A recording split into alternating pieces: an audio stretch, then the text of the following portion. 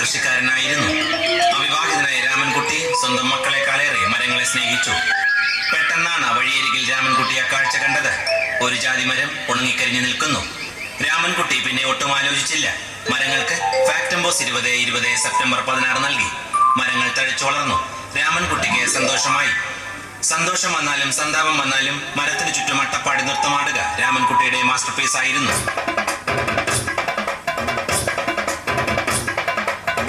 രാമൻകുട്ടി ദൈവത്തിനോടായി പ്രാർത്ഥിച്ചു, നിങ്ങൾ എനിക്ക് ആയുസ്സും ആരോഗ്യവും തരൂ, ഞാൻ മരങ്ങളെ സംരക്ഷിച്ചു കൊള്ളാം.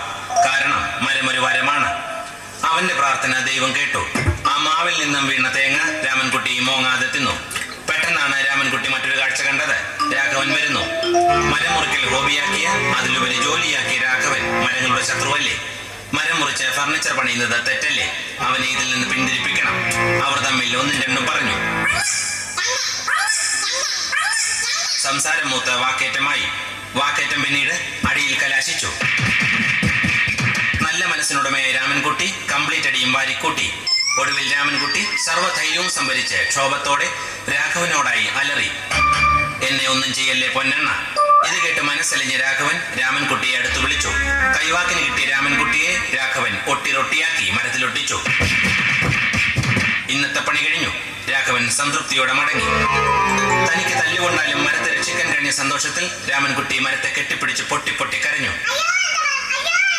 കാരണം മരം ഒരു വരമാണ്. അപ്പോൾ ഇതൊന്നും അറിയാതെ അതുവഴി വന്ന വഴിപോക്കൻ തെറ്റിദ്ധരിച്ച് രാമൻകുട്ടിയെ നോക്കി പറഞ്ഞു, മരത്തെ പോലും വെറുതെ വിടില്ല, നിനക്കുമില്ലേടാ അമ്മയും പെങ്ങന്മാരും. രാമൻകുട്ടിക്ക് ഒന്നും മനസ്സിലായില്ല. പക്ഷേ മരത്തിനെ എല്ലാം മനസ്സിലാവുന്നുണ്ടായിരുന്നു. മരം നാണം കൊണ്ട് ചില്ലകൾ താഴ്ത്തി. രാമൻകുട്ടി സ്വയം പറഞ്ഞു, മരം ഒരു വരമാണ്.